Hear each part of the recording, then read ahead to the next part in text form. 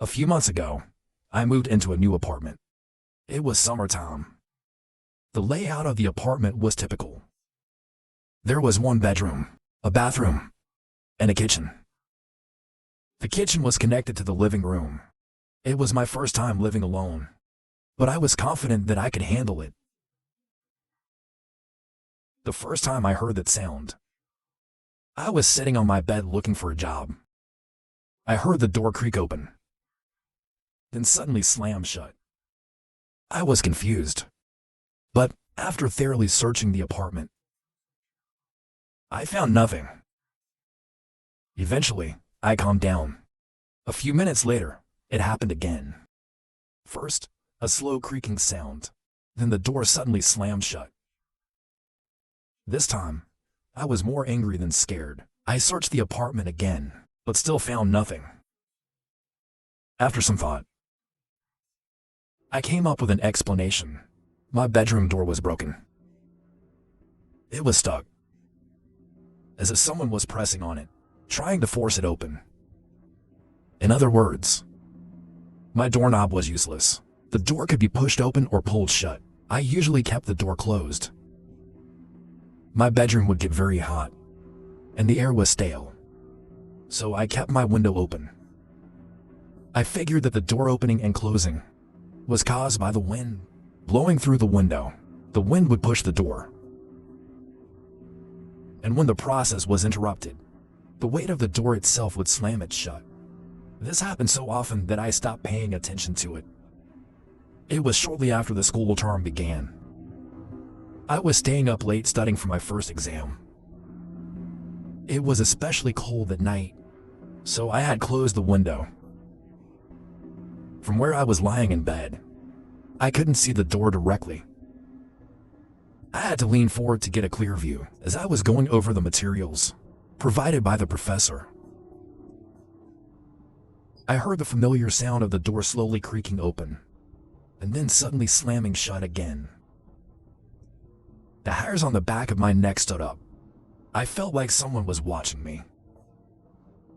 I took a weary step toward the door, opened it, and stared into the darkness. The area was my bathroom.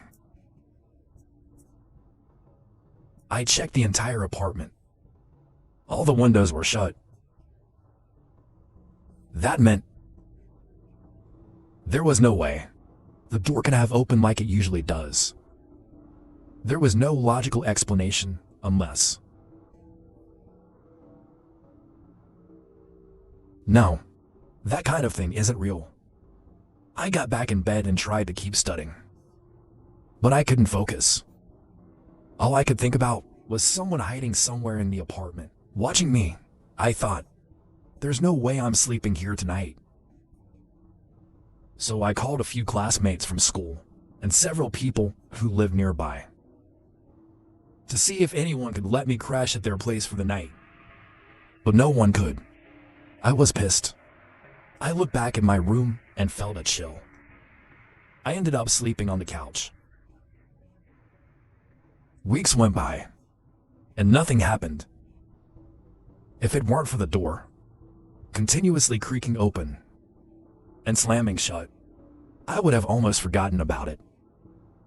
One night, around 2 a.m., I suddenly woke up. I wasn't having a nightmare, and I wasn't feeling tired. I was just wide awake. I had closed the window before going to bed because the apartment was right next to the train station, which was extremely noisy. I sat there, listening in the dead silence. When I finally laid back down, I heard the door creak open again. It didn't close.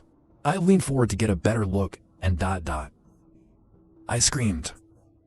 There were two eyes, bloodshot, as if they were crying. Their pupils were as dark as the night. I sat there, frozen. I saw a hand seemingly appear out of thin air from the darkness. It rested on the door. The skin was wrinkled, hanging loosely from the bones. Its fingers were long and thin, with nails as long as the fingers themselves. At the ends, it rhythmically tapped the wood with its fingers, still staring at me.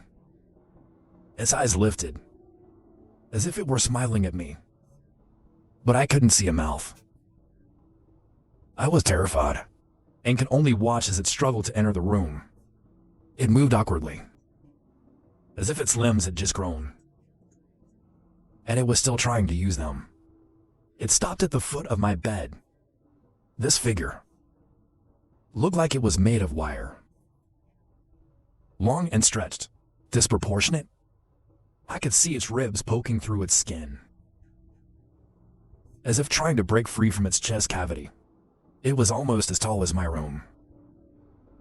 It raised its impossibly thin arm and pointed at me. I heard one word. Out. It didn't need to say it twice.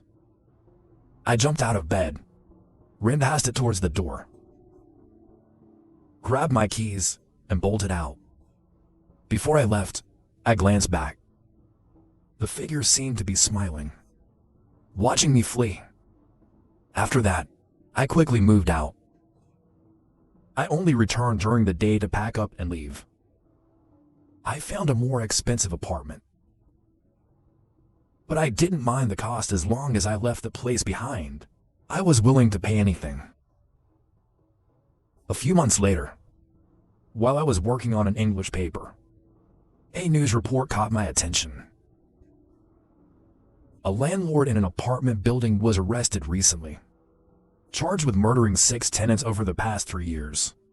The latest victim, Disha, was found in a locked room in his apartment. The police found her body, along with disturbing evidence, indicating she had been kept alive for weeks. The landlord had installed hidden cameras throughout the building, monitoring his tenants at all times.